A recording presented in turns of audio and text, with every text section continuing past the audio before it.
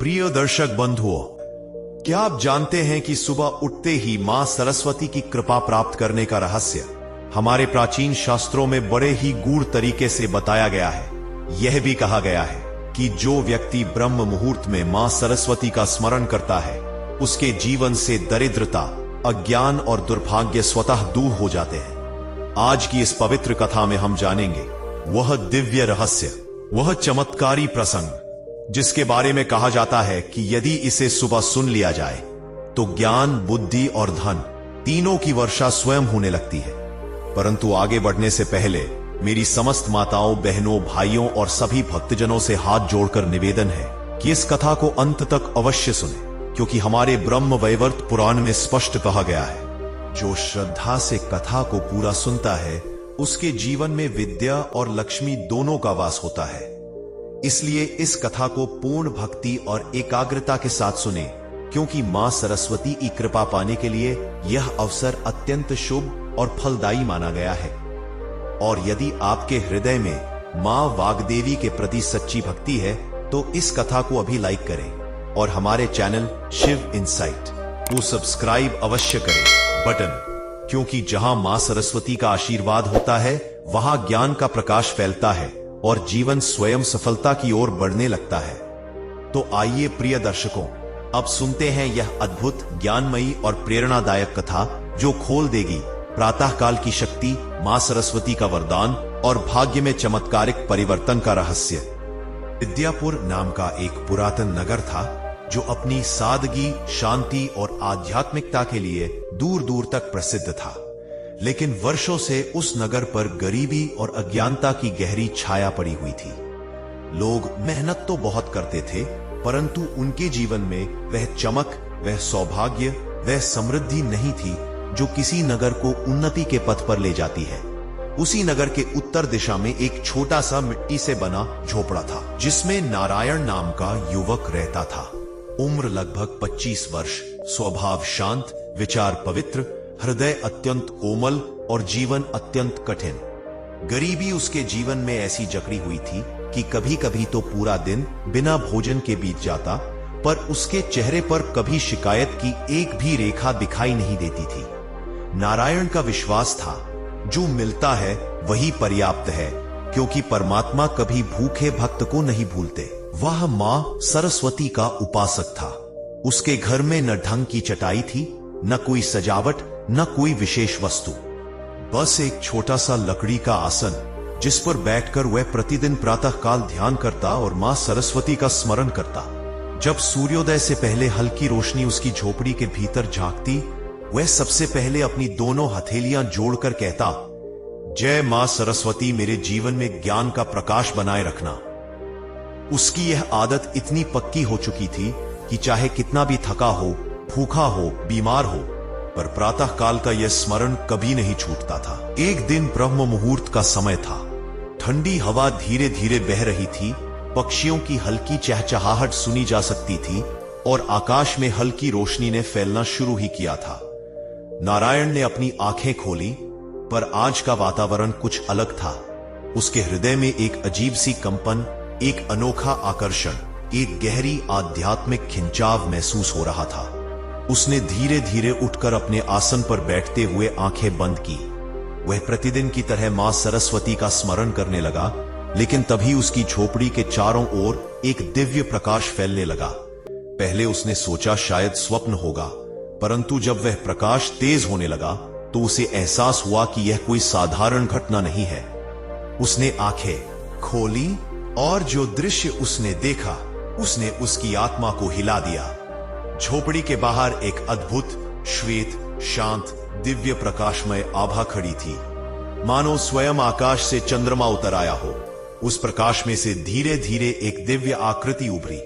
माथे पर चंद्रिका सी शांति, आंखों में करुणा, मुख पर मुस्कान, श्वेत वस्त्र और हाथों में वीणा। नारायण की सांसें रुक गई। उसके सामने स्वयं विद्या की देवी मां सरस्वती प्रकट थी।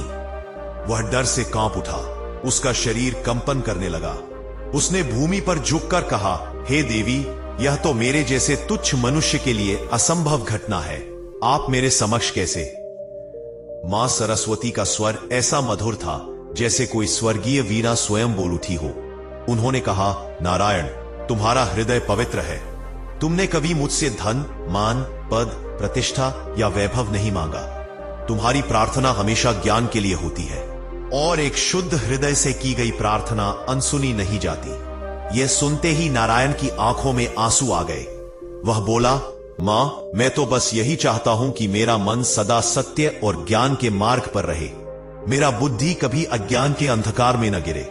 देवी मुस्कुराई और बोली, बेटा, जब मनुष्य ज्ञान को सर्वोपरि मानता है तो धन, वैभव, यश, समृद्धि और सौभाग्य स्वयं उसके पीछे चलने लगते हैं। तुमने ज्ञान को चुना है, इसलिए आज मैं स्वयं तुम्हारे पास आई हूं। यह कहते हुए उन्होंने अपनी वीणा का एक मधुर तार छेड़ा। उस एक स्वर के साथ ही नारायण के आसपास का वातावरण एक अद्भुत दिव्य शक्ति से भर गया। उसे महसूस हुआ कि उसके मस्तिष्क के भीतर सोया हुआ ज्ञान जागने लगा है। उसे अपने भीतर ऐसी बुद्धिमत्ता, ऐसी समझ, ऐसी स्मृति, ऐसी ऊर्जा महसूस हुई जैसी उसने पहले कभी अनुभव नहीं की थी। उसका हृदय हल्का हो गया, विचारों में स्पष्टता आ गई, दृष्टि में चमक आ गई। कुछ ही दिनों में उसके जीवन में परिवर्तन आने लगा। गांव के लोग उसकी समझदारी देखकर आश्चर्यचकित रह जाते। जहां पहले वह साधारण बातें करता था, अब उसके शब्दों में गहराई थी। किसी किसान की खेती की समस्या हो, किसी व्यापारी का व्यापारिक संकट, किसी महिला की घरेलू उलझन, किसी बुजुर्ग की स्वास्थ्य समस्या, नारायण हर प्रश्न का समाधान इतने सरल, सहज और प्रभावी ढंग से बता देता कि लोग दंग रह जाते। उसकी बातों में एक ऊर्जा थी, एक आकर्षण था, एक सत्य की गूंज थी जो सुनने वाले को भीतर तक प्रभावित करती थी। धीरे धीरे उसकी प्रसिद्धि पूरे नगर में फैलने लगी। लोग उसे ज्ञान मूर्ति नारायण कहने लगे। यह बात नगर के राजा तक पहुंची। राजा एक न्यायप्रिय और विद्वान व्यक्ति था, परंतु पिछले कुछ वर्षों से उसके राज्य में कई समस्याएं बढ़ती जा रही थी। फसलों में कमी, व्यापार में रुकावटें, पड़ोसी राज्यों से मतभेद। राजा चिंतित रहता था। जब उसे नारायण के ज्ञान की चर्चा सुनाई दी, उसने तुरंत अपने सैनिक भेजकर नारायण को राजमहल बुलाया। नारायण राजसभा में पहुंचा। वहां उसने विनम्रता से राजा को प्रणाम किया। राजा ने उसे सम्मानपूर्वक आसन दिया और कहा, नारायण, लोग कहते हैं कि तुम्हारे मन में विद्या का दीपक प्रज्वलित है। यदि यह सत्य है तो मेरी कुछ समस्याओं का समाधान बताओ। नारायण ने राजा की बातें सुनी और कुछ क्षण मौन रहा। फिर उसने अत्यंत सरल और व्यावहारिक उपाय सुझाए। उसके सुझावों में न सिर्फ बुद्धिमत्ता थी, बल्कि दूरदर्शिता भी थी। राजा उन उत्तरों को सुनकर चकित रह गया। उसने तुरंत नारायण की सलाह को क्रियान्वित किया। कुछ ही दिनों में राज्य की समस्याएं कम होने लगी, फसलें सुधर गई, व्यापार बढ़ने लगा, लोगों के जीवन में सुधार आने लगा। राजा प्रसन्न हुआ और बोला, नारायण, तुम्हारा ज्ञान मेरे राज्य के लिए वरदान है। तुम सिर्फ एक साधारण व्यक्ति नहीं, बल्कि मां सरस्वती के सच्चे भक्त हो। राजा ने उसे सम्मान, धन, वस्त्र, भूमि और एक सुंदर गृह भेंट किया। नारायण का जीवन बदल गया। उसके झोपड़े की जगह एक सुंदर घर बन गया। घर में भोजन, धन, सुविधाएं सब आने लगी। लेकिन सबसे बड़ी बात यह थी कि अब पूरे नगर के लोग उसे आदर देने लगे। परंतु नारायण के मन में किसी भी प्रकार का अहंकार नहीं आया। उसके लिए सबसे महत्वपूर्ण अभी भी वही था, प्रातः काल का स्मरण। चाहे रात कितनी भी देर से घर पहुंचे, चाहे कितना भी थका हो, चाहे कितने भी लोग उससे मिलने आए, सुबह होते ही वह उसी भक्ति, उसी प्रेम और उसी शुद्धता के साथ मां सरस्वती को प्रणाम करता जैसे वह पहले करता था। वह कहता, मां, यह धन, यह मान सम्मान, यह सुख, यह सुविधा, इनका क्या उपयोग यदि मनुष्य का मन अज्ञान में डूबा रहे। आपके ज्ञान का प्रकाश ही मेरे जीवन की सच्ची संपत्ति है। समय बीतता गया और नारायण की प्रसिद्धि चारों दिशाओं में फैल गई। अब दूर दूर के राज्य से भी लोग उसके पास ज्ञान लेने आते। वह किसी से कुछ नहीं लेता, बस कहता, ज्ञान बांटने से बढ़ता है और मेरा कर्तव्य है कि देवी द्वारा दी गई बुद्धि का सदुपयोग करूं। उसके घर में धन तो था, पर वह उसका दास नहीं बना। वह धन को सिर्फ एक साधन मानता था, साध्य नहीं। उसके मन में हमेशा वही मां सरस्वती की मुस्कान बसी रहती जो उसने पहली बार उनके दर्शन में देखी थी। नगर के लोग कहते, नारायण के घर धन इसलिए नहीं आया कि उसने मां से मांगा, बल्कि इसलिए आया क्योंकि उसने पहले ज्ञान मांगा, और जब ज्ञान आया तो धन उसकी राह पकड़कर स्वयं आ गया। नारायण के जीवन में मां सरस्वती के आशीर्वाद का चमत्कार लगातार बढ़ता जा रहा था। वैसे वैसे कुछ लोगों के मन में ईर्ष्या के बीज भी अंकुरित होने लगे। नगर में कुछ व्यापारी, कुछ पंडित और कुछ अधिकारी ऐसे थे जो यह सहन नहीं कर पा रहे थे कि एक साधारण गरीब युवक अचानक इतना सम्मानित कैसे हो गया। वे कहते, हम वर्षों से ज्ञान का दावा करते हैं, पर कोई हमारी ओर नहीं देखता, और यह तो बस एक झोपड़ी में रहने वाला युवक था, अब राजा उसे अपने पास बुलाता है। लेकिन नारायण को इन बातों का कोई प्रभाव नहीं पड़ता था। उसका जीवन तो मां सरस्वती की कृपा से चल रहा था, दूसरों की बातों से नहीं। परंतु नियति हर महान आत्मा की परीक्षा अवश्य लेती है। एक दिन नगर के सबसे विद्वान और गर्वीले पंडित शार्दूल ने नारायण को चुनौती देने का निश्चय किया। वह सोचता था कि यदि वह नारायण को सभा में पराजित कर दे तो लोगों का विश्वास फिर उसके पक्ष में लौट आएगा। उसने राजा से आग्रह किया, महाराज, यदि नारायण इतना ज्ञानी है जितना लोग कहते हैं, तो उसे ज्ञान सभा में बुलाकर उसकी परीक्षा लेनी चाहिए। राजा ने नारायण पर पूर्ण विश्वास था, परंतु उसने तटस्थता दिखाते हुए यह प्रस्ताव स्वीकार कर लिया। अगले दिन विशाल सभा का आयोजन हुआ। नगर के हजारों लोग वहां इकट्ठा हुए थे। राजमहल के प्रांगण में बड़े बड़े स्तंभों पर दीपक जल रहे थे और बीच में एक ऊंचा मंच था जहां नारायण और पंडित शार्दूल का आसन लगाया गया था। सभा के आरंभ में पंडित शार्दूल ने एक गर्वीली मुस्कान के साथ कहा, नारायण, लोग कहते हैं कि तुम्हें दिव्य ज्ञान प्राप्त है, तो आज देखूं कि तुम्हारा ज्ञान कितना सच्चा है। नारायण शांत था। उसकी आंखों में न भय था न अहंकार, बस विनम्रता और विश्वास। पंडित शार्दूल ने कठिन से कठिन प्रश्न पूछने शुरू किए। वेद, उपनिषद, खगोल, गणित, तर्कशास्त्र, जीवन का उद्देश्य, धर्म का रहस्य, मानव स्वभाव व ऐसा कोई प्रश्न नहीं छोड़ रहा था जो नारायण को उलझा सके। परंतु नारायण के उत्तर अद्भुत थे। उसके शब्दों में गहराई थी, सरलता थी और सत्य था। वह कठिन से कठिन प्रश्न का उत्तर इतने सहज ढंग से देता कि सुनने वाले विस्मित हो जाते। यहां तक कि राजा भी अपनी मुस्कान रोक नहीं पा रहा था। पंडित शार्दूल का चेहरा पीला होने लगा। उसने सोचा, यह युवक इतना ज्ञानी कैसे हो सकता है? अवश्य ही यह किसी चमत्कार का प्रभाव है। उसने नारायण से और कठोर और उलझे हुए प्रश्न पूछने शुरू कर दिए, परंतु नारायण के उत्तर और भी स्पष्ट और भी प्रभावशाली होते जा रहे थे।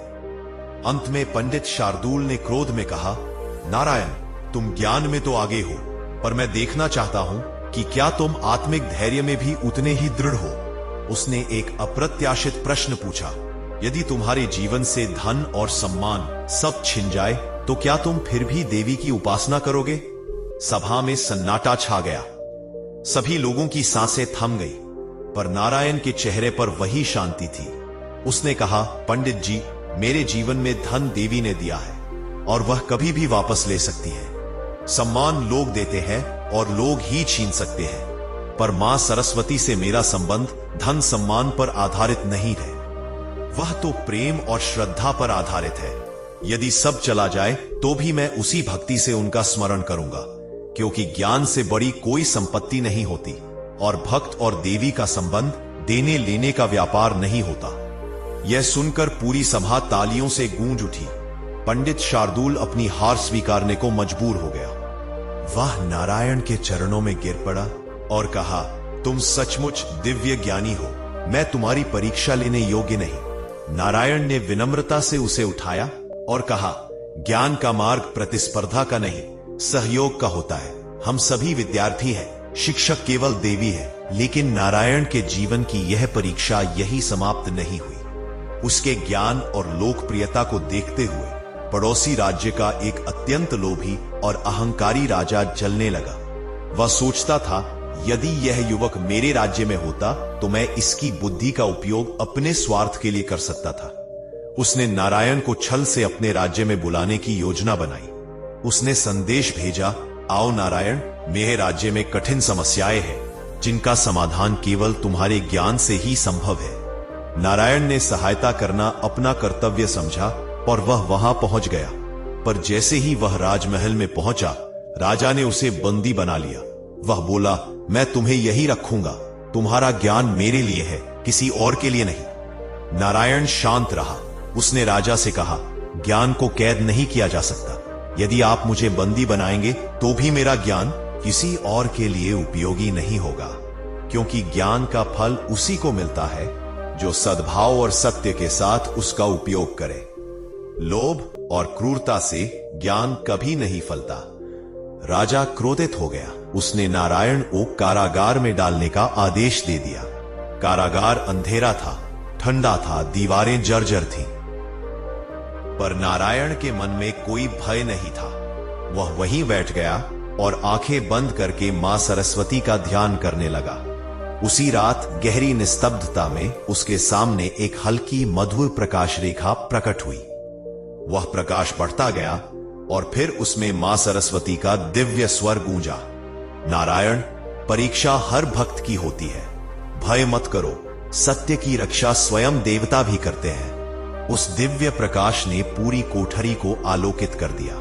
अचानक कारागार के जर्जर ताले स्वयं टूट गए, जैसे किसी अदृश्य शक्ति ने उन्हें खोला हो। पहरेदार गहरी नींद में गिर पड़े। नारायण बाहर निकल आया।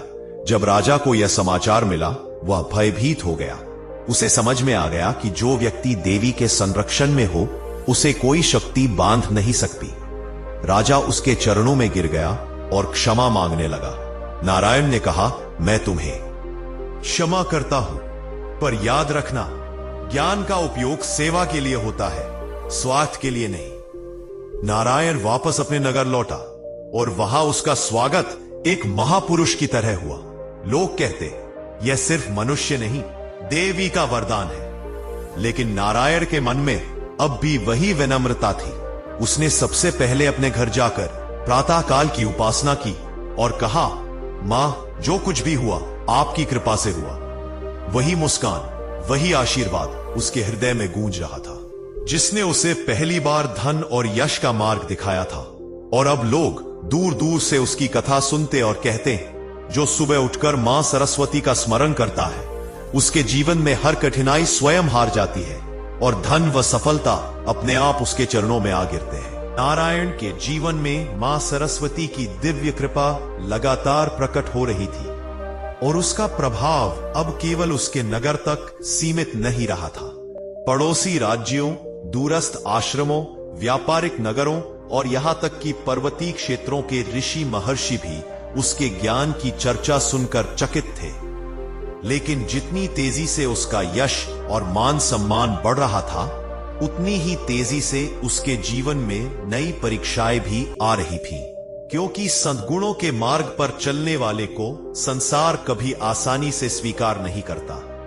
एक दिन नगर में एक बड़े अकाल के आने की संभावना जताई गई। हवा में अजीब सी गर्मी थी, पेड़ों की पत्तियां समय से पहले सूखने लगी थीं, नदियों का जल स्तर अचानक घटने लगा था। लोग डर गए। राजा ने तत्काल सभा बुलाई और नारायण को बुलाकर पूछा, क्या इस संकट का कोई उपाय है? नारायण ने कुछ क्षण आंखें बंद करके सोचा और बोला, महाराज, यह अकाल प्रकृति की नाराजगी नहीं, बल्कि मनुष्यों की अव्यवस्थित जीवन शैली का परिणाम है।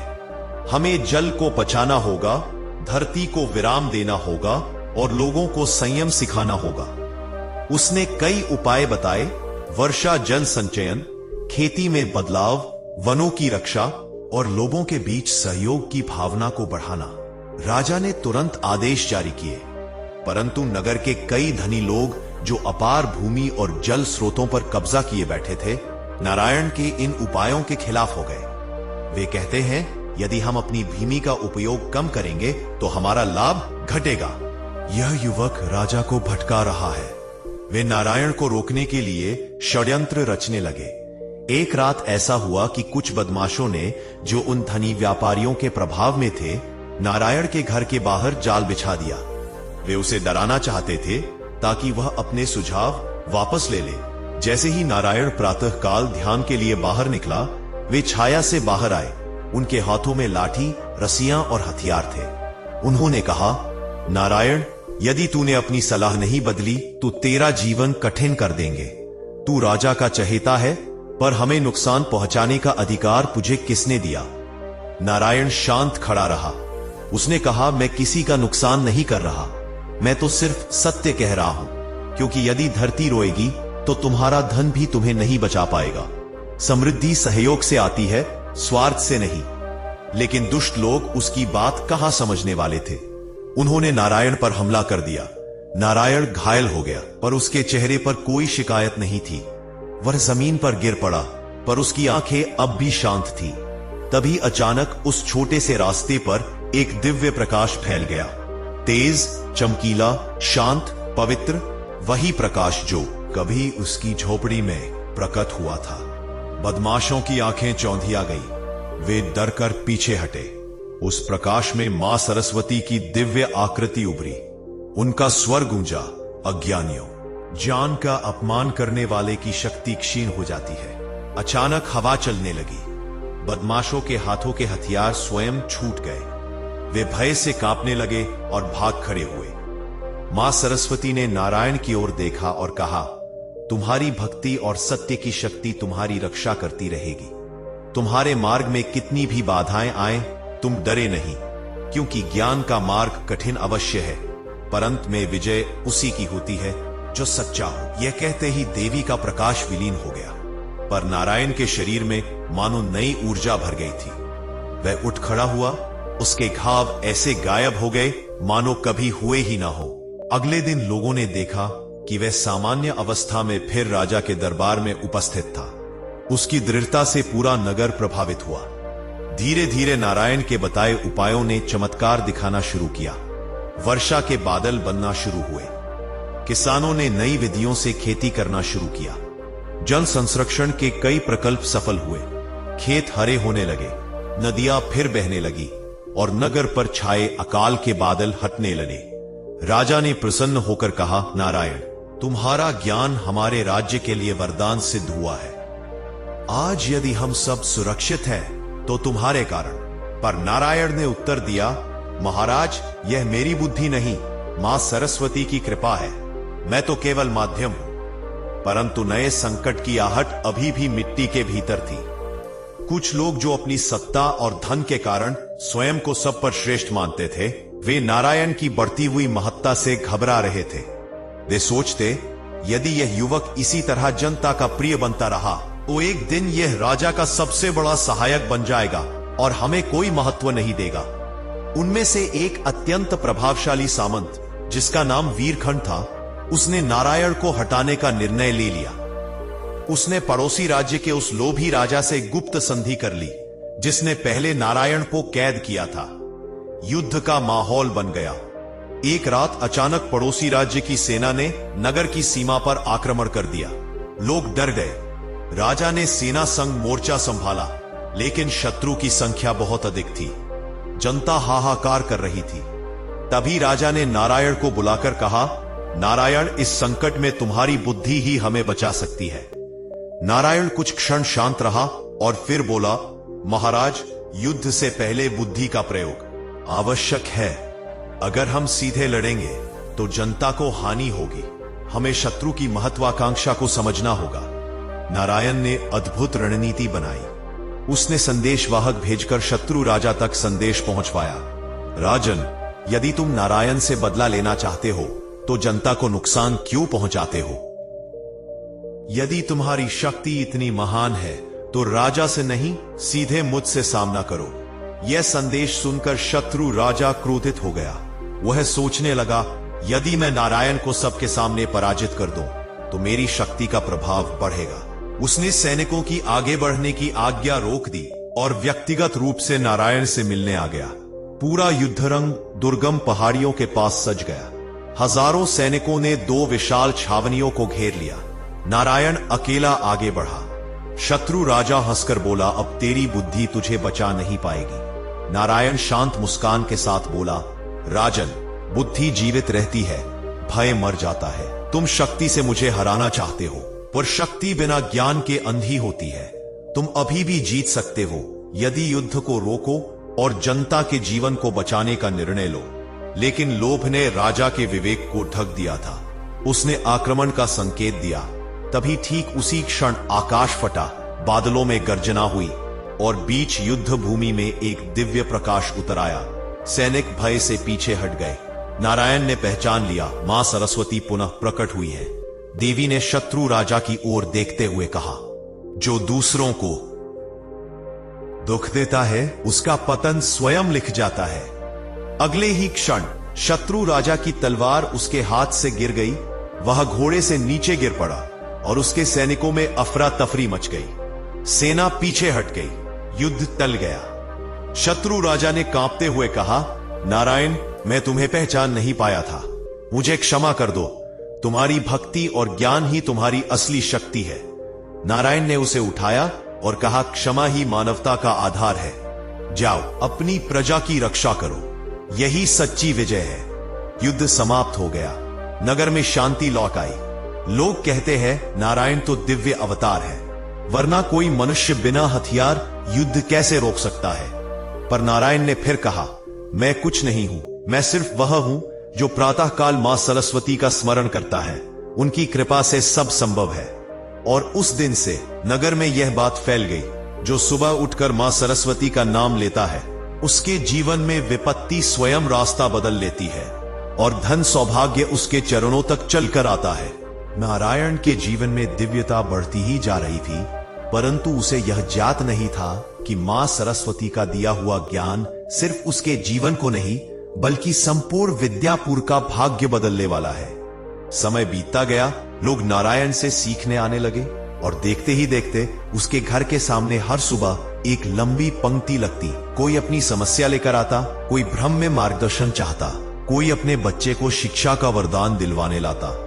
लेकिन इन सब के बीच नारायण का मन हमेशा शांत रहता, उसका हृदय विनम्र बना रहता और उसकी विनम्रता ही लोगों के मन में उसके प्रति और अधिक विश्वास पैदा करती। धीरे धीरे राजा के दरबार में नारायण की बुद्धि का प्रभाव इतना बढ़ा कि अनेक राजकीय कार्य अब उसी की सलाह पर होते। परंतु जितना बड़ा उसका स्थान होता गया, उतनी अधिक परीक्षाएं भी बढ़ने लगी।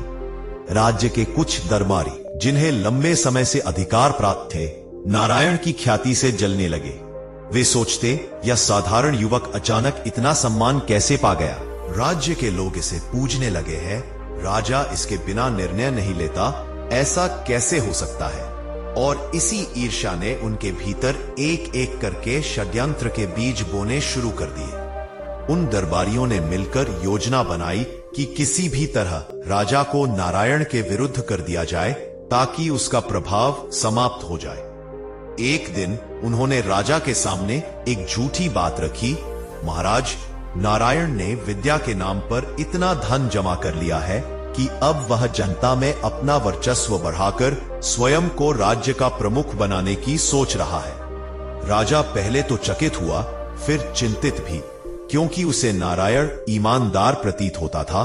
परंतु दरबारियों ने कहा, यदि आप चाहें तो उसके घर की तलाशी ली जाए, सत्य स्वयं सामने आ जाएगा। राजा अंतर्द्वंद में फंस गया। उधर उस समय नारायण आश्रम में बच्चों को संस्कृत के श्लोक सिखा रहा था। उसके हृदय में ऐसी कोई भावना नहीं थी कि वह कभी राजा को चुनौती दे या राज्य पर नियंत्रण चाहे। उसी समय सैनिक उसका घर खंगालने पहुंच गए और दरबारियों ने अपने एक आदमी को घर में सोने के कुछ सिक्के और आभूषण छुपाकर रख दिए, ताकि प्रमाण मिल जाए। जैसे ही तलाशी हुई, राजमहल में समाचार पहुंचा, महाराज, नारायण के घर से सोने चांदी के अनगिनत दान पत्र और आभूषण मिले हैं। यह सुनते ही राजा हतप्रभ रह गया। दरबारियों ने तुरंत कहा, देखा महाराज, आपने जिस पर सबसे अधिक विश्वास किया, वही राज्य से विश्वासघात कर रहा है। राजा ने तुरंत नारायण को दरबार में बुलाया। वह जब पहुंचा तो राजा की आंखों में विश्वास की जगह संदेह था। नारायण ने राजा के चेहरे को देखकर ही समझ लिया कि कुछ बड़ा अनर्थ हो चुका है, पर उसने धैर्य नहीं छोड़ा। राजा ने सख्त स्वर में पूछा, नारायण, क्या यह सत्य है कि तुमने राज्य के लोगों से छिपकर धन इकट्ठा किया? यह सुनकर नारायण का मन भीतर तक कांप गया। वह सत्य बोलना चाहता था, पर समझ नहीं पा रहा था कि किस प्रकार उसे इतने भारी आरोपों में फंसाया गया। उसने राजा के चरणों में झुककर कहा, महाराज, मैं जीवन भर मां सरस्वती की शरण में रहा हूं। धन से मेरा क्या संबंध? मेरे पास जो भी आया है वह ज्ञान के माध्यम से आया है, लालच के माध्यम से नहीं। लेकिन दरबारी तुरंत बोले, महाराज, यह झूठ बोल रहा है। इसकी झोपड़ी में जो धन मिला है वह इसकी माया है, ज्ञान की नहीं। राजा यह सब सुनकर और भ्रमित हो गया। उसने कहा, नारायण, जब तक सत्य स्पष्ट न हो तुम्हें कुछ दिनों के लिए राजसभा से दूर रखा जाएगा। यह सुनते ही पूरा दरबार स्तब्ध हो गया। नारायण का हृदय टूट गया, पर वह शांत रहा।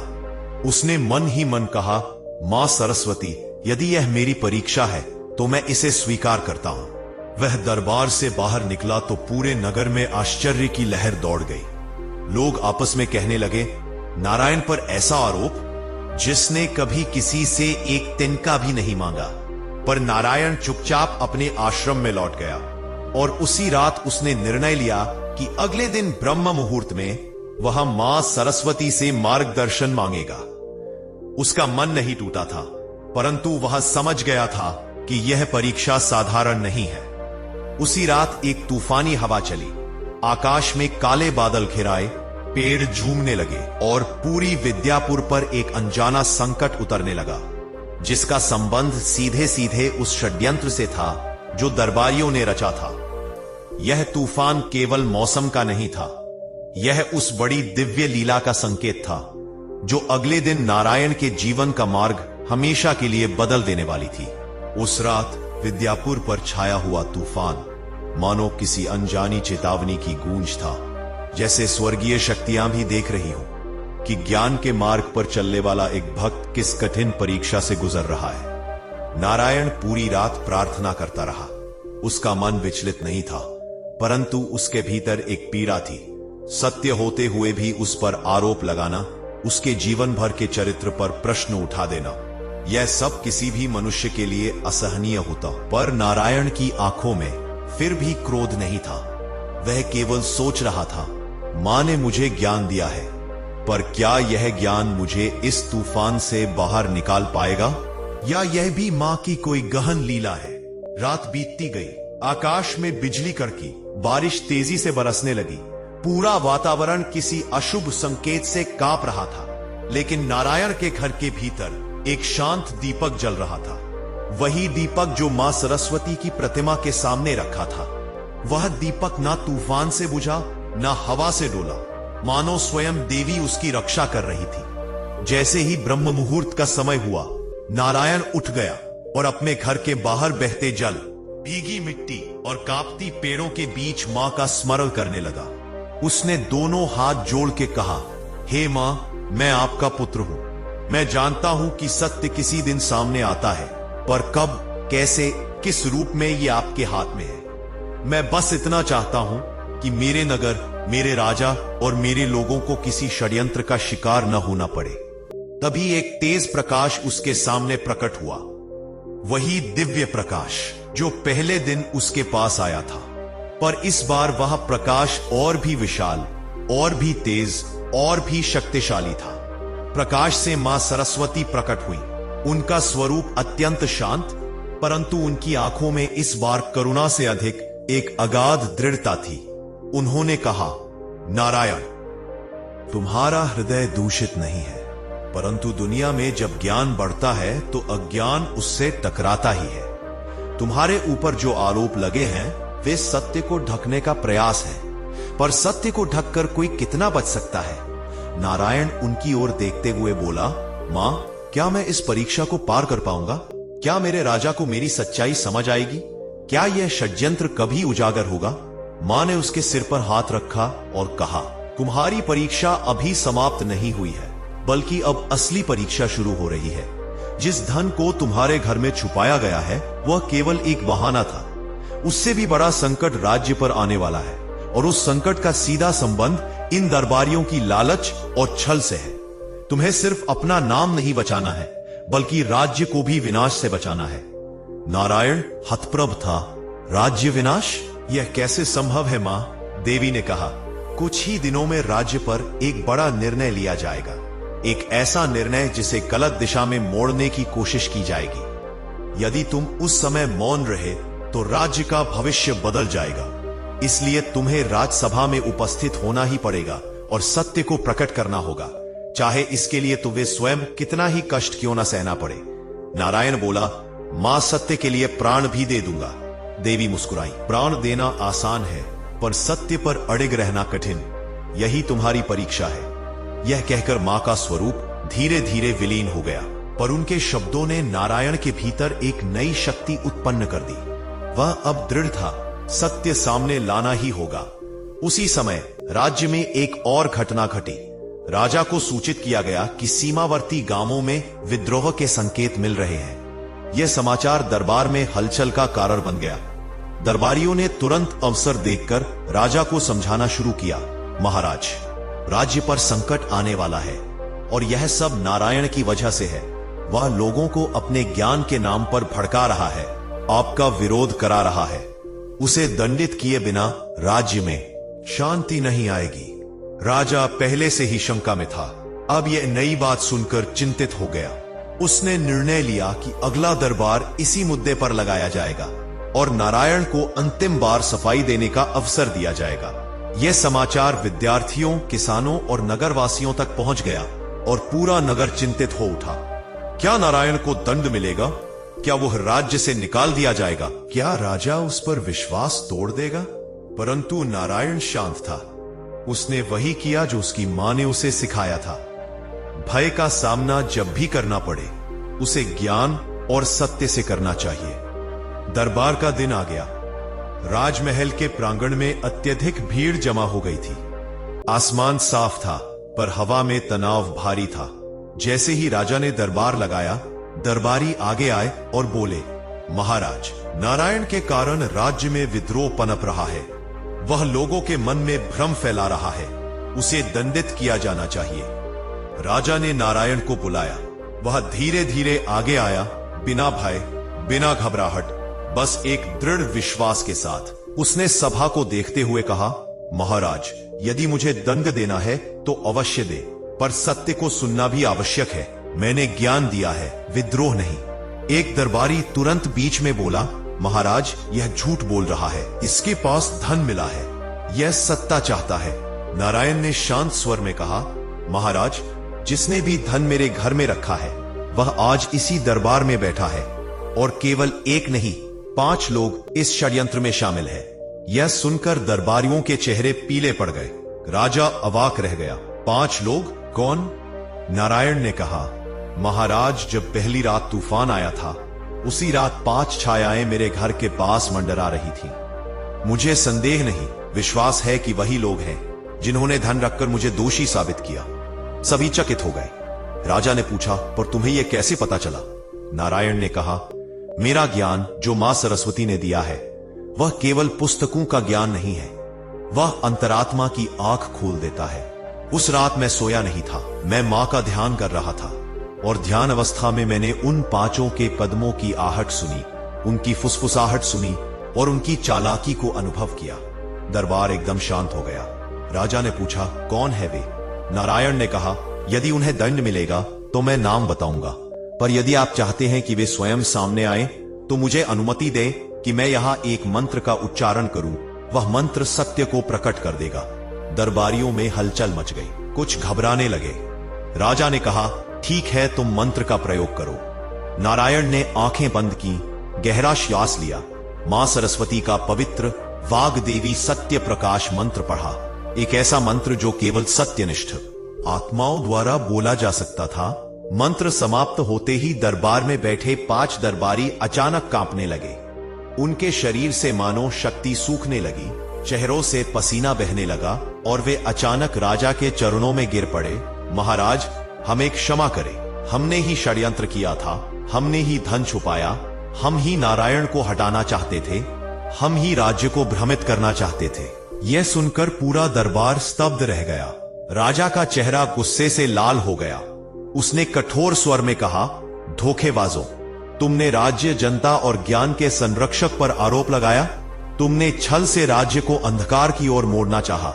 राजा ने तुरंत आदेश दिया कि उन 5 को दंड दिया जाए और उनका पद भी छीन लिया जाए। फिर वह नारायण के पास आया, उसके सामने झुक गया और कहा, नारायण, तुम पर संदेह करके मैंने अपराध किया है, तो मेरा राज्य अंधकार में डूब जाता। पर नारायण पीछे हटा और बोला, महाराज, मैं आपका सेवक हूं, गुरु नहीं, मैं केवल मां का माध्यम हूं। यह सुनते ही पूरा दरबार नारायण की जय, ज्ञान की जय, मां सरस्वती की जय से गूंज उठा। उसी क्षण आकाश से एक श्वेत प्रकाश महल में फैल गया, एक दिव्य, शांत, स्वर्गीय प्रकाश, और सभी के सामने मां सरस्वती का दिव्य तेज प्रकट हुआ। देवी ने कहा, आज से यह राज्य ज्ञान का राज्य होगा। यहां षड्यंत्र का नहीं, सत्य का वास होगा। और नारायण, तुम्हारा मार्ग यही समाप्त नहीं होता, अभी बहुत दूर तक जाता है। तुम्हें ज्ञान का दीप पूरे संसार में फैलाना है। प्रकाश विलीन हुआ, पर देवी की उपस्थिति ने पूरे राज्य को पवित्र बना दिया। राजा ने घोषणा की, आज से नारायण राज्य के प्रधान विद्या गुरु होंगे और उनका सम्मान किसी राजकुल से कम नहीं होगा। जनता खुशी से चिल्ला उठी। उस दिन से राज्य में शांति, सुख और समृद्धि की वर्षा होने लगी। और सचमुच जिस घर से नारायण सुबह मां का स्मरण करता था, वहां धन, यश, सम्मान और दिव्यता स्वयं चलकर आने लगी। ठीक वैसे ही जैसे मां ने कहा था, जहां ज्ञान होता है वहां धन की वर्षा स्वयं होती है। राज दरबार में मां सरस्वती की दिव्य उपस्थिति के बाद जैसे पूरा राज्य बदल गया हो। एक नई ऊर्जा, एक नया प्रकाश, एक नई सकारात्मक लहर पूरे विद्यापुर में फैल चुकी थी। नारायण अब राज्य के प्रधान विद्या गुरु बन चुके थे, परंतु उनके भीतर एक भी अहंकार की रेखा नहीं थी, एक भी घमंड का कण नहीं था। उनका मन और भी विनम्र और भी शांत हो गया था, मानो देवी का स्पर्श उनकी आत्मा को और पवित्र कर गया हो। लेकिन मां सरस्वती के शब्द, तुम्हारा मार्ग यही समाप्त नहीं होता, उनके कानों में लगातार गूंज रहे थे। नारायण समझ गया था कि आने वाले दिनों में कुछ ऐसा होने वाला है जो उसके जीवन को एक नई दिशा देगा। उस रात वह राजमहल में नहीं रुका, बल्कि अपनी साधारण झोपड़ी, अपने आश्रम और अपनी मिट्टी की वही धरा पर लौट आया जहां उसने पहली बार मां का स्मरण किया था।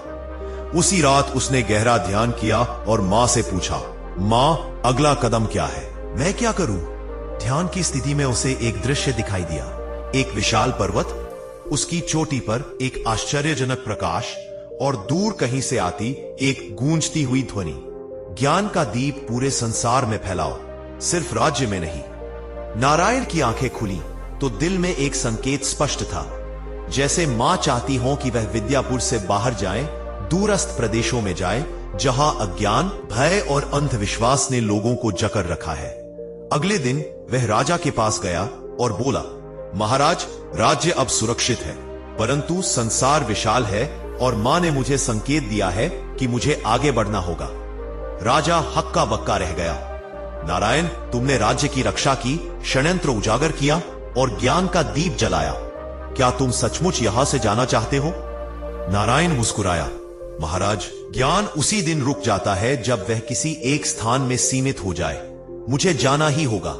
राजा ने आंसू भरी आंखों से कहा, यदि यह मां की इच्छा है तो मैं रुक नहीं सकता, पर राज्य के द्वार तुम्हारे लिए हमेशा खुले रहेंगे। नारायण ने आशीर्वाद लिया और अपने नए यात्रा पथ की तैयारी शुरू की। सिर्फ शारीरिक नहीं थी, बल्कि एक आध्यात्मिक अभियान था। पहले वह उत्तरी प्रदेश की ओर चला, जहां बर्फ से ढकी पहाड़ियां थीं, जहां के लोग कठोर जीवन जीते थे और जहां शिक्षा लगभग समाप्त हो चुकी थी। वहां पहुंचकर नारायण ने देखा कि लोग अजीब अजीब मान्यताओं में बंधे हुए हैं। वे मानते थे कि देवता उनसे रुष्ट हैं और ज्ञान उनके लिए अभिशाप है। ये देख नारायण का हृदय द्रवित हो गया। उसने धीरे धीरे लोगों को समझाना शुरू किया। पहले बच्चों को अक्षर सिखाए, फिर बड़े बुजुर्गों को कर्म का अर्थ समझाया, फिर युवाओं को भय से मुक्त किया। धीरे धीरे लोग बदलने लगे। फिर एक दिन गांव के मुखिया ने कहा, गुरुदेव, आपने हमारी पीढ़ियों का अंधकार मिटा दिया। आज आप ना होते तो हमारा भविष्य भी अंधकार में डूब जाता।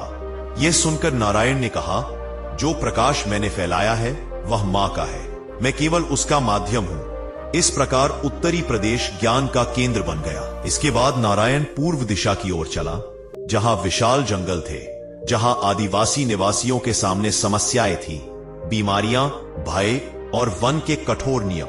वहां भी उसने शांति, नीति और सरल जीवन का ज्ञान बांटा। फिर वह दक्षिण प्रदेश पहुंचा, जहां राजा अत्यंत कठोर था और जनता दुखी। नारायण ने वहां के शासक के मन को स्पर्श किया और धीरे धीरे उसे बदल दिया। शासक समझ गया कि शासन भय से नहीं, प्रेम और धर्म से चलता है। पश्चिम प्रदेश में भी उसने व्यापारियों को लोभ छोड़कर नीति पथ अपनाने को प्रेरित किया। संपूर्ण भारत जैसे उसके ज्ञान की आभा से प्रकाशित होने लगा।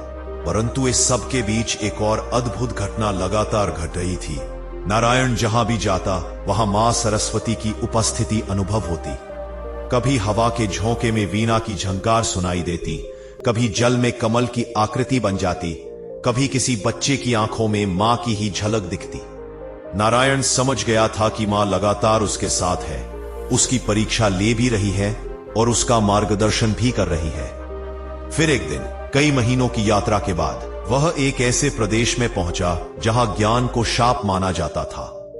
वहां के राजा ने घोषणा की थी, ज्ञान लोगों को विद्रोही बनाता है, इसलिए शिक्षा पर पूर्ण प्रतिबंध है। नारायण ने सोचा, ज्ञान का सबसे बड़ा दुर्ग यही है। मां ने मुझे यहां भेजा है, इसका अर्थ यही है कि इस अंधकार को प्रकाश चाहिए। उसने भेष बदलकर गांवों में प्रवेश किया और गुप्त रूप से बच्चों को सिखाना शुरू किया। सब कुछ ठीक चल रहा था, पर नारायण जानता था कि यह राज्य अत्यंत कठोर है और यहां सत्य बोलना आसान नहीं। फिर भी उसने ज्ञान की ज्योति जगाई। पर जैसे ही राजा को पता चला कि कोई अज्ञात व्यक्ति राज्य में शिक्षा फैला रहा है, उसने सैनिकों को आदेश दिया कि उस व्यक्ति को पकड़कर लाया जाए।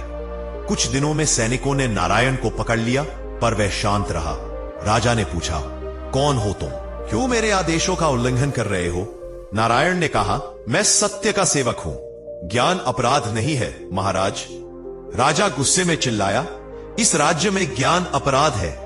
नारायण मुस्कुराया, नहीं महाराज, इस राज्य में अज्ञान अपराध है, पर लोग डर के कारण उसे पहचान नहीं पा रहे। राजा स्तब्ध रह गया। किसी ने कभी उसकी आंखों में आंखें डालकर ऐसा नहीं कहा था। फिर नारायण ने कहा, यदि आप चाहें तो मैं इस राज्य का भविष्य बदल सकता हूं, लेकिन पहले आपको अपना भय बदलना होगा। नारायण के शब्द राजा के हृदय में सीधे उतर गए। उसके भीतर वर्षों से जमा हुआ भय, असुरक्षा और संदेह पिघलने लगा। वह बोला, तुम कौन हो? कोई साधारण मनुष्य ऐसा आत्मविश्वास कैसे रख सकता है? नारायण ने कहा, मैं कोई साधारण नहीं, कोई असाधारण भी नहीं, मैं केवल मां सरस्वती का सेवक हूं। ज्ञान का दीप मेरे भीतर जलता है। राजा के आंसू बह निकले। वह सिंहासन से उतरकर नारायण के चरणों में गिर पड़ा। मुझे क्षमा करो, मैंने अपने राज्य को अंधकार में ढकेल दिया। नारायण ने उसे उठाया और कहा, अंधकार कोई दोष नहीं है, यदि उसमें प्रकाश लाने का साहस हो। उस राज्य में शिक्षा फिर से शुरू हुई। नारायण ने बच्चों, युवाओं और बूढ़ों सबको वह प्रकाश दिया जो उनसे छीन लिया गया था। राज्य समृद्ध हुआ, कृषि बढ़ी, व्यापार बढ़ा, लोग प्रसन्न हुए और सबसे महत्वपूर्ण, भय समाप्त हुआ। महीनों की इस लंबी यात्रा के बाद नारायण को महसूस हुआ कि उसकी अंतिम मंजिल अब निकट है। वही पर्वत, वही चमकता हुआ प्रकाश जो उसने ध्यान में देखा था, वह उस दिशा में चल दिया। रास्ता कठिन था, घने जंगल, ऊंची चट्टानें, तेज हवाएं, पर वह नहीं रुका। जैसे ही वह पर्वत की चोटी पर पहुंचा, उसने देखा वहां एक दिव्य प्रकाश स्तंभ खड़ा है जो मानो आकाश को छू रहा हो। उसी प्रकाश के मध्य मां सरस्वती प्रकट, खुएं श्वेत कमल पर विराजमान, वीणा हाथ में और मुख पर पहले से भी अधिक तेज। नारायण उनके चरणों में गिर पड़ा। मां, मैंने आपका आदेश पूरा किया, अब मेरा मार्ग क्या है? मां ने उसे उठाया और उसके सिर पर हाथ रखते हुए कहा, बेटा, तुमने ज्ञान का दीप जलाया, कई राज्यों को अंधकार से निकाला और लोगों के हृदय में सत्य स्थापित किया। परंतु तुम्हारा कार्य अब भी समाप्त नहीं हुआ है। अब समय आ गया है कि तुम अपने भीतर के उस दिव्य ज्ञान को प्राप्त करो जो साधारण मनुष्य को नहीं मिलता। वह ज्ञान जो ऋषियों को मिला, योगियों को मिला और जो संसार को बदलने की शक्ति रखता है। नारायण ने पूछा, मां, क्या मैं उस ज्ञान के योग्य हूं? मां मुस्कुराई, योग्यता कर्म से मिलती है और तुमने अपने कर्म से स्वयं को सिद्ध कर दिया है। तभी आकाश से एक प्रकाश नारायण के हृदय में प्रवेश हुआ, एक ऐसी ऊर्जा जिसे शब्दों में व्यक्त नहीं किया जा सकता। उसकी आंखें बंद हो गईं, शरीर हल्का हो गया, मन शांत हो गया और उसके भीतर ज्ञान का ऐसा महासागर खुल गया कि उसकी चेतना पूरे ब्रह्मांड से जुड़ गई। मां ने कहा, अब तुम केवल नारायण नहीं, ज्ञान के वानर, सत्य के वाहक और युग के शिक्षक बन चुके हो। नारायण के शरीर से प्रकाश निकलने लगा और इस प्रकार उसकी यात्रा का अगला अध्याय प्रारंभ हुआ। एक ऐसा अध्याय जो संपूर्ण मानवता को बदलने वाला था। देववाणी के शांत होते ही पूरा गांव एक अजीब सी खामोशी में डूब गया, जैसे हर किसी के भीतर एक ही सवाल गूंज रहा हो, वह प्राचीन शिवलिंग आखिर छुपा कहां है? ऋषि वशिष्ठ ने सबसे पहले गांव के बुजुर्गों, पुरानी परंपराओं को जानने वाले लोगों और उस भूमि पर लंबे समय से खेती करने वाले किसानों को इकट्ठा किया। उन्होंने सभी से पूछा, क्या तुम में से किसी ने अपने खेतों में, घरों के नीचे या कुओं के पास कभी कोई असामान्य चिन्ह देखा है? तभी एक वृद्ध किसान धीरे धीरे आगे आया और कांपती आवाज में बोला, महाराज, कई वर्ष पहले जब मैं इस गांव में नया नया आया था, तब बरसात के दिनों में मेरे खेत की मिट्टी धंस गई थी और वहां पत्थर पर उकेरे गए कुछ विचित्र चिन्ह दिखाई दिए थे। उस समय मुझे कुछ समझ नहीं आया, इसलिए मैंने मिट्टी डालकर उसे ढक दिया। उस किसान की बात सुनते ही ऋषि वशिष्ठ की आंखें चमक उठी। यही संकेत हो सकता है। पूरे गांव के लोग मशालें लेकर उस वृद्ध किसान के खेत की ओर निकल पड़े। रात का समय था, आसमान में बादल गहरे हो रहे थे और हवा में एक रहस्यमय कंपन फैलती जा रही थी। खेत में पहुंचते ही ऋषि वशिष्ठ ने सभी से कहा, सावधान रहकर इस क्षेत्र की खुदाई शुरू करो। जैसे खुदाई आगे बढ़ी, मिट्टी के भीतर छुपे पत्थरों के गोल आकार दिखाई देने लगे। मजदूरों और गांव वालों की सांसें थम गईं जब एक बड़ा चक्राकार पत्थर उभरा, जिस पर त्रिशूल, डमरू और नाग की आकृतियां उकेरी हुई थीं। इससे पहले कि लोग इसे पूरी तरह साफ कर पाते, अचानक तेज हवाएं चलने लगी और एक अदृश्य शक्ति मानो लोगों को पीछे धकेलने लगी। गांव वाले डर गए, लेकिन तभी ऋषि वशिष्ठ ने मंत्र उच्चारण शुरू किया। उनके मंत्रों की ध्वनि जैसे ही हवा में गूंजी, वह अदृश्य शक्ति शांत होने लगी। धीरे धीरे मिट्टी हटाई गई और जब अंतिम परत हटाई गई तो जमीन के भीतर से चमकती हुई एक दिव्य संरचना दिखाई दी। एक भव्य, स्वयंभू, प्राचीन और अत्यंत शक्तिशाली शिवलिंग। उसकी सतह पर बनी आकृतियां ऐसी थीं जैसे समय भी उन्हें मिटा नहीं पाया हो। आसपास हवा अचानक ठंडी हो गई, सुगंध फैल गई और एक हल्की घंटी की ध्वनि सुनाई देने लगी, जैसे प्रकृति स्वयं इस खोज का स्वागत कर रही हो। पूरा गांव एक साथ रो पड़ा। खुशी से, श्रद्धा से और आश्चर्य से लोग हाथ जोड़कर चिल्लाने लगे, हर हर महादेव। उस क्षण सभी को समझ आ गया कि यह कोई साधारण खोज नहीं, बल्कि स्वयं भगवान शिव का वरदान है और अब गांव के भाग्य को बदलने वाली महायात्रा की शुरुआत हो चुकी है। शिवलिंग के पूर्ण रूप से प्रकट होते ही गांव वालों के भीतर जैसे कोई नई शक्ति जाग गई थी। उसी शाम ऋषि वशिष्ठ ने घोषणा की कि शिवलिंग को छूना, हिलाना या स्थल बदलने का प्रयास बिल्कुल नहीं करना। शिवलिंग के आसपास फैली दिव्य चमक कई गुना बढ़ गई। लोग यह देखकर आश्चर्य में पड़ गए कि दीपक की लौ हवा में डोलने के बजाय स्थिर खड़ी थी, जैसे किसी अदृश्य शक्ति ने उसे थाम रखा हो। तभी अचानक शिवलिंग के आधार से हल्की श्वेत नीली रोशनी उठने लगी, धीमी धीमी, शांत पर अत्यंत प्रभावशाली। जैसे ही वह रोशनी ऊपर उठकर हवा में फैली, पूरा वातावरण एक पवित्र सुगंध से भर गया, जिसकी महक किसी ने जीवन में कभी नहीं महसूस की थी। बच्चों के चेहरों पर मुस्कान आ गई, बुजुर्गों के बदन का दर्द अचानक कम होने लगा और युवाओं के मन से सारी बेचैनी मानो मिटने लगी। लोगों ने महसूस किया कि इस शिवलिंग से सिर्फ प्रकाश ही नहीं बल्कि ऐसी ऊर्जा निकल रही है जो मन, शरीर और आत्मा तीनों को एक साथ छूती है। उसी क्षण ऋषि वशिष्ठ ने कहा, यह ऊर्जा केवल देखने के लिए नहीं बनी है, यह एक आह्वान है। भगवान शिव संकेत दे रहे हैं कि इस स्थल को पुनः जागृत करना होगा, तभी यहां का संकट हमेशा के लिए समाप्त होगा। पूरे गांव में उम्मीद की लहर फैल गई, लेकिन तभी एक तेज गर्जन के साथ आकाश में काले बादल इकट्ठे होने लगे और हवा में एक विचित्र शीतलता फैल गई, जैसे किसी छुपी हुई शक्ति ने इस जागरण को भांप लिया हो। बादल घूमते हुए शिवलिंग के ऊपर केंद्रित होने लगे और ऐसा प्रतीत हुआ कि कोई विरोधी ऊर्जा इस दिव्य प्रकाश को रोकने की कोशिश कर रही है। गांव वाले डरकर पीछे हटने लगे। कई महिलाओं ने बच्चों को सीने से लगा लिया, लेकिन तभी ऋषि वशिष्ठ आगे बढ़े और शिवलिंग के सामने खड़े होकर महामृत्युंजय मंत्र का उच्चारण करने लगे। मंत्रों की कंपन इतनी प्रबल थी कि धरती में हल्का कंपन होने लगा। बादलों की गुर्राहट धीमी होने लगी और फिर अचानक अविस्फोट जैसा प्रकाश उठा, जिसने बादलों को छिन्न भिन्न कर दिया। पूरा आकाश साफ हो गया और ऊपर चंद्रमा का प्रकाश शिवलिंग पर ऐसे गिरा जैसे स्वर्ग से सीधे आशीर्वाद उतर रहा हो। गांव वालों को उस क्षण समझ आ गया कि ईश्वर स्वयं इस स्थल की रक्षा कर रहे हैं और जो भी बाधा आएगी इस दिव्य शक्ति को रोक नहीं पाएगी। इसी रात गांव के भाग्य को बदलने वाली घटनाओं की असली शुरुआत हो चुकी थी।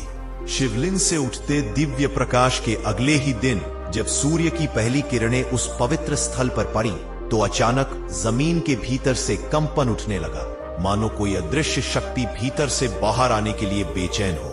देखते ही देखते शिवलिंग के सामने की मिट्टी फटने लगी और वहां एक गोलाकार आकृति उभर कर सामने आई, जो धीरे धीरे एक प्राचीन भूमिगत द्वार का रूप लेने लगी। गांव वाले भय और आश्चर्य से पीछे हट गए, जबकि ऋषि वशिष्ठ ने गंभीर स्वर में कहा, यह कोई साधारण द्वार नहीं बल्कि उस तपस्थल का प्रवेश द्वार है जिसने इस भूमि को सदियों तक संरक्षित रखा। जैसे ही वह द्वार पूर्ण रूप से प्रकट हुआ, उसके भीतर से हल्की नीली रोशनी फैलने लगी और हवा में एक आध्यात्मिक कंपन उठ गया जो सीधे हृदय पर असर कर रहा था। तभी शिव भक्त युवा तेजस आगे आया और बोला, महाराज, यदि यह गांव की रक्षा का मार्ग है तो मुझे इसे पार करने दीजिए। उसकी आवाज में एक अजीब सा साहस और पवित्रता थी। ऋषि वशिष्ठ उसकी ओर देखते हुए बोले, तेजस, इस मार्ग पर कदम रखने के बाद लौटने का कोई वादा नहीं होता। यह परीक्षा केवल शरीर की नहीं, मन और आत्मा की भी होगी। भीतर तुम्हें भ्रम, छाया और अपने ही भय के रूप दिख सकते हैं। केवल सत्य और श्रद्धा ही तुम्हें पार ले जाएगी। तेजस ने शिवलिंग की ओर देखकर हाथ जोड़ लिए और गहरी आवाज में बोला, हे महादेव, यदि मेरे मन में कभी अहंकार या भय आया तो उसे भस्म कर देना, लेकिन मुझे इस मार्ग से पीछे मत हटने देना। उसके इन शब्दों के साथ ही शिवलिंग से एक तेज श्वेत प्रकाश निकला जो सीधे द्वार पर गिरा और द्वार धीरे धीरे खुलने लगा, मानो स्वयं भगवान शिव ने अनुमति दे दी हो। जैसे ही तेजस ने पहला कदम भीतर रखा, उसके पैरों के नीचे की धरती चमकने लगी और पूरा द्वार स्वर्णिम रोशनी से भर गया। गांव वाले विस्मित हो गए, कई लोग रोने लगे, महिलाओं ने बच्चों को सीने से लगाया और ऋषि वशिष्ठ आंखें बंद कर महामृत्युंजय मंत्र जपने लगे। तेजस जैसे जैसे आगे बढ़ता गया, उसके आसपास की दुनिया बदलने लगी। पहले एक लंबी सुरंग, फिर अचानक सामने खुला हुआ एक विशाल कक्ष, जिसमें मध्य में प्राचीन योगियों की ऊर्जा जैसे तरंगों की तरह बह रही थी। कक्ष की दीवारों पर अचूक ब्रह्मांडीय चिन्ह चमक रहे थे, जो समय समय पर जीवित प्रतीत होते थे।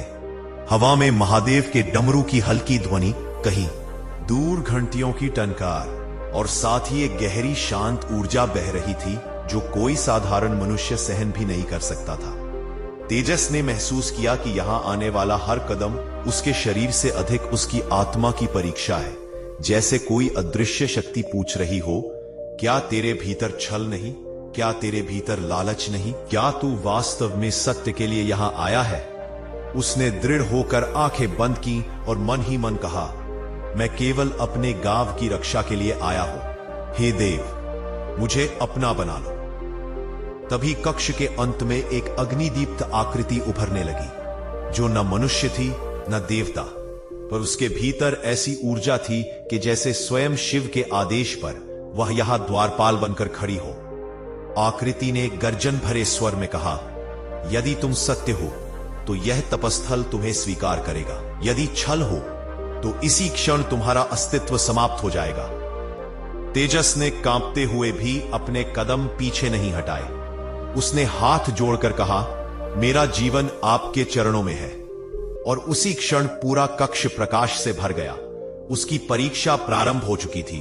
और उधर गांव के बाहर उस बंद होते द्वार को देखकर हर व्यक्ति की सांसें थम गई थी, क्योंकि अब गांव की किस्मत तेजस पर नहीं बल्कि स्वयं भगवान शिव की अग्नि परीक्षा पर टिक गई थी। तेजस की परीक्षा जिस क्षण पूर्ण हुई, उसी क्षण तपस्थल के भीतर फैला दिव्य प्रकाश अचानक 100 गुना अधिक प्रबल हो उठा, मानो स्वयं महादेव उस भूमिगत कक्ष में पधार आए हों।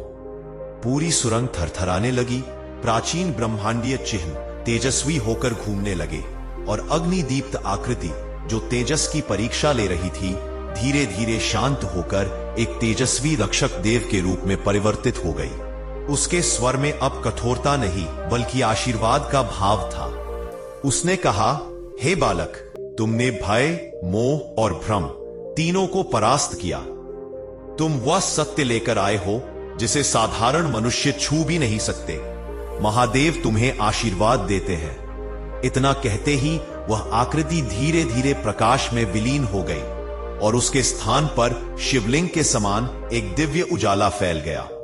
तेजस की आंखों से आंसू बहने लगे। उसके भीतर एक ऐसी शांति उतरी जैसी वह जन्म से खोजता आया था। उसी क्षण भूमिगत कक्ष के द्वार स्वयं खुलने लगे, मानो धरती तेजस को वापस भेजने के लिए मार्ग प्रशस्त कर रही हो। उधर गांव में लोग पूरी रात जागकर द्वार के बाहर प्रतीक्षा कर रहे थे। किसी की आंखों में डर था, किसी में विश्वास और किसी में यह आशंका कि क्या तेजस लौट पाएगा। सुबह के होते ही अचानक द्वार से प्रकाश की एक लंबी धारा बाहर निकली और लोगों ने देखा कि तेजस उसी प्रकाश में लिपटा हुआ बाहर आ रहा है। उसके चेहरे पर ऐसी तेजस्विता थी जैसे किसी साधक ने वर्षों की साधना पूर्ण कर ली हो। लोग रो पड़े, महिलाएं उसके चरणों को स्पर्श करने लगी, बच्चे उसके आसपास घिर गए और ऋषि वशिष्ठ गर्व और भावुकता से उसका हाथ पकड़कर बोले, तेजस, आज से तुम केवल गांव के युवक नहीं बल्कि इस पवित्र भूमि के संरक्षक हो।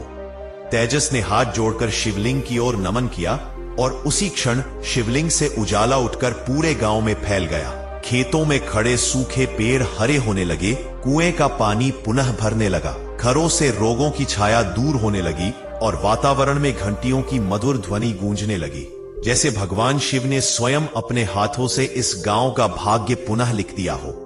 ऋषि वशिष्ठ ने गांव वालों से कहा, आज से यह स्थान महामृत्युंजय तपोभूमि कहलाएगा। यहाँ प्रतिदिन दीपक जलेगा, नाद गूंजेगा और इस शिवलिंग की सेवा सदा होती रहेगी। गांव वालों ने उस स्थान पर भव्य मंदिर बनाने का संकल्प लिया और तेजस को उसका पहला रक्षक नियुक्त किया। समापन के क्षण में जब सभी ने मिलकर ओम नमः शिवाय का उच्चारण किया तो आकाश अचानक सुनहरी रोशनी से भर गया और एक शांति गांव पर उतर आई। ऐसी शांति जो केवल वहां आती है जहां ईश्वर स्वयं निवास करते हैं। इस प्रकार मां सरस्वती के उस प्रातः स्मरण से आरंभ हुई यात्रा अंततः शिव कृपा के दिव्य मिलन में रूपांतरित हो गई और गांव धन, ज्ञान और समृद्धि के अमिट आशीर्वाद से सदा के लिए पवित्र हो गया। प्रिय भक्तजनों, आज आप में सुनी ज्ञान, विद्या और प्रकाश से परिपूर्ण मां सरस्वती की यह दिव्य और प्रेरणादायक कथा। इस पवित्र कथा ने हमें सिखाया कि जिस घर में माता सरस्वती की कृपा होती है, वहां अज्ञान का अंधकार मिटता है और जीवन में बुद्धि, विवेक और सफलता के द्वार खुल जाते हैं। जो साधक सच्चे मन से मां सरस्वती का स्मरण करता है, सत्संग, सदाचार और सत्य के मार्ग पर चलता है, उसके जीवन में कभी भी ज्ञान की कमी नहीं रहती।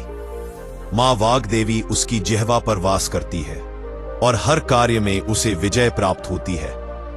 इसलिए हे दर्शक बंधुओं, अपने हृदय में विनम्रता और पवित्रता बनाए रखें और प्रतिदिन मां सरस्वती का ध्यान अवश्य करें। उनका नाम लेने मात्र से ही मन में स्पष्टता और जीवन में सद्बुद्धि की धारा बहने लगती है। यदि यह पवित्र कथा आपको पसंद आई हो तो इसे लाइक करें, अपने परिवार व मित्रों के साथ शेयर करें, ताकि हर कोई विद्या और ज्ञान की देवी मां सरस्वती की असीम अनुकंपा का भागी बन सके। और हां, यदि आप चाहते हैं कि ऐसी दिव्य कथाएं आपके जीवन में सदैव प्रेरणा देती रहे, तो हमारे चैनल शिव इनसाइट को सब्सक्राइब अवश्य करें, क्योंकि जहां ज्ञान का प्रकाश होता है वहां भ्रम, भय और अज्ञान टिक ही नहीं पाते। वहां केवल सत्य, सफलता और शुभता का वास होता है। जय मां सरस्वती।